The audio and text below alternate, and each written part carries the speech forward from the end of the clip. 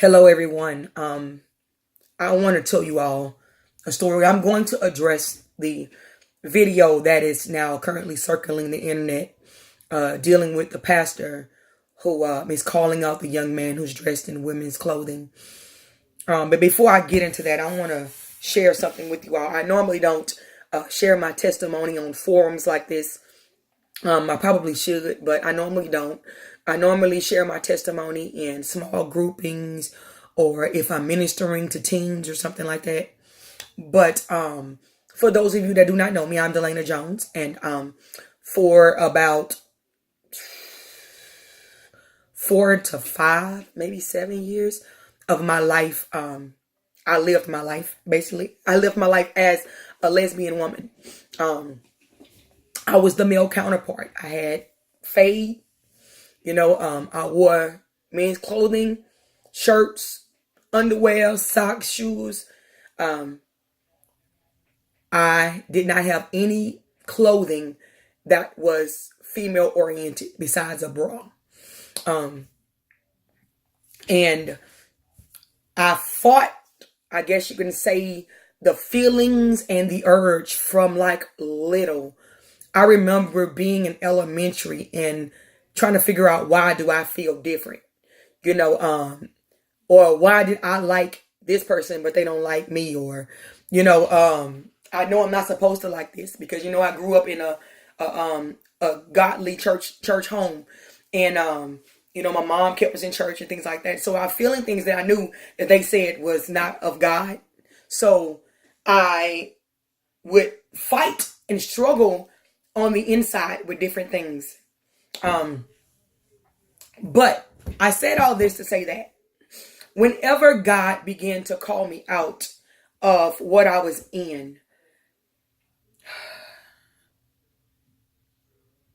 I was asking God, where should I go? To church. And my aunt called, who was a member of A. Lewis Patterson Jr.'s church, the late A. Lewis Patterson Jr., over there off of Lockwood in Houston, Texas. And I went with her. Well, I met her up there. But when I went, I was like, I don't know. I was like, because I don't have any clothes. My auntie said, don't worry about that. Just come. She said, my church ain't like that. And so I went.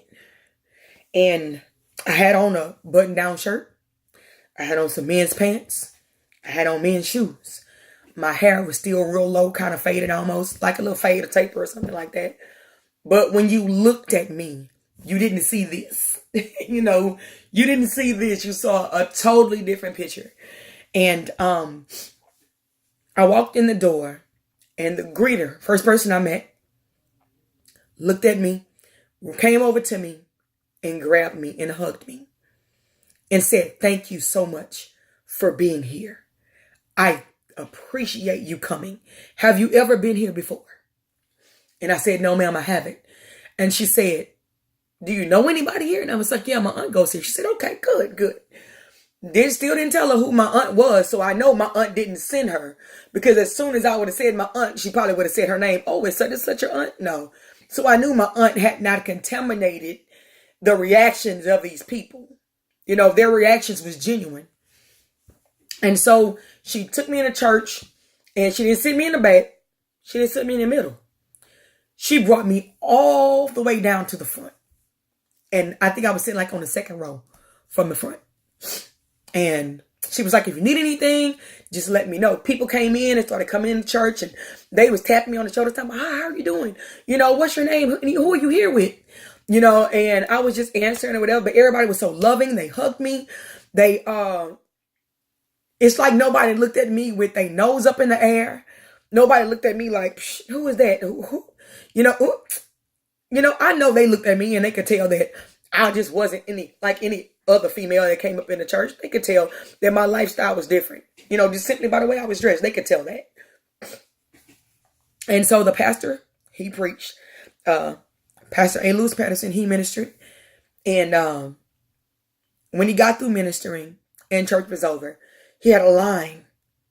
And I wasn't going to go up there in the line. He walked over and he gave me a big old hug. And he said, I am so glad that you are here. He asked me what my name was, and I told him, and he said, well, how'd you know about the church? And I told him my aunt goes here, and I told him who my aunt was. And then my aunt came up, and, he asked me, could I sing or what have you? And no. That was the second time I was there. He asked me about, could I sing? But, he asked me, did I like the service? And I was like, yes, sir, I really enjoyed it. And he was like, well, you will come back, won't you? And I was like, yes, sir, I'll come back. But that day transformed and changed my life, because I had some other experiences that weren't so pleasant. Where people looked at me and looked at my clothing, ushered me into the back row of the church, or just looked at me up and down and act like I didn't belong there. But those people saw what I looked like on the outside, not even knowing what God was doing on the inside, not even knowing what giftings that I had, not even knowing what calling that God had up on my life. They couldn't see all of that. All they could see was the facade of who I was. But they loved me anyway. And I want to say, I'm not going to put my mouth on this pastor, because I don't know what God has for him and what God is going to do with him. But I will say this, a message to pastors. Be careful of what you do and how you handle God's people. I believe that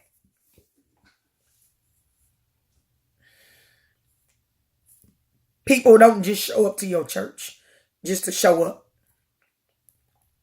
People show up to your church because they're led to your church.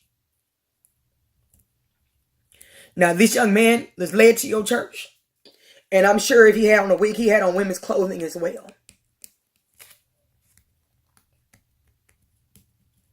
But how do you know that's not all he had?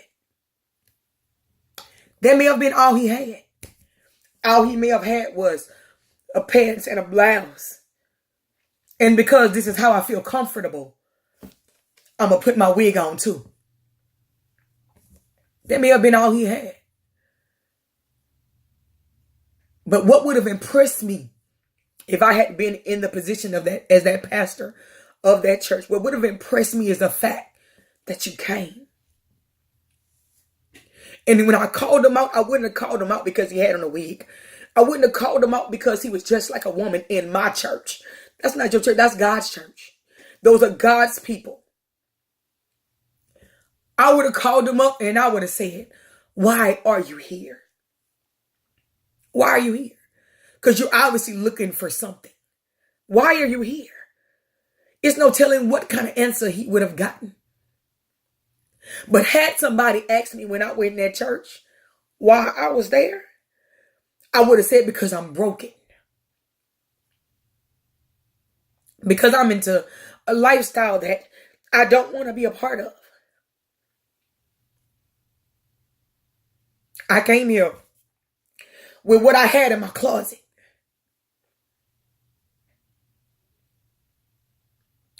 I would have said, I'm here because I don't want to live this life anymore. That's what I would have said. So before you get to applauding this man, church folk, before y'all get to applauding this man for how he handled things, I want you to all to remember that these people are still people. No matter what they look like, no matter what they got on their body, on their head, whatever, they are still people. And they deserve to be loved through it, in it, when they out of it. Love them anyway. Because you never know who you're gonna damage. You never know who that person is. That person may be the next T.D. Jakes. That person, or not the next T.D. Jakes or whatever his name is, but he may be bigger than T.D. Jakes. He may own, instead of 6 churches or however many churches T.D. Jakes has, but he may have 20 churches all over the globe. He may have been called to be the greatest praise and worship leader that you ever want to hear on this planet. We don't know what his giftings are. We don't know what his callings are. We don't know what it is that God has for that young man. Now he could have very well been in there under malicious intent. But the fact that the whole time he rebuked them, That young man said nothing. You can hear all the amens. You can hear all the hoo-has in the background, but that young man never said nothing. And to me, that spoke volumes.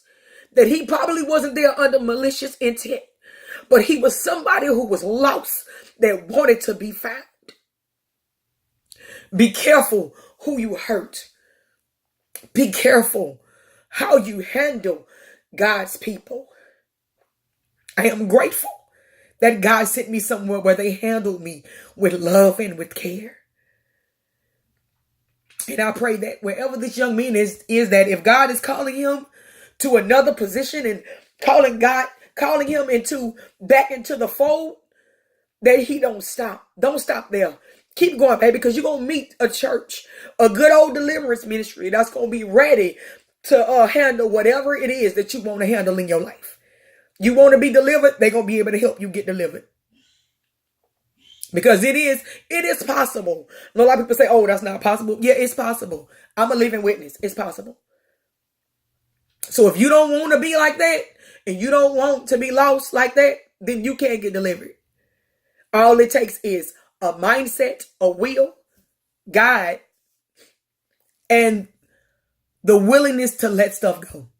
You know, some people may not agree with me on that about deliverance, stuff like that, which that's a fine line, and that's a totally different video. But I want to tell y'all this. Handle people with care. Handle them with love, because you never know who that young man is supposed to be. And sometimes if we don't do what we're supposed to do as ministers of the gospels, as pastors, as evangelists, if you don't do what you're supposed to do, then everybody whose lives he was supposed to touch, the blood is on your hands, because you failed to respond the way that Jesus would have responded. I'm going to get up off of here. I've already been on here too long. But I want to tell y'all this. Be careful. Just be careful. Don't be pastors in churches. Don't be so heavenly minded that you are no earthly good. You gotta love.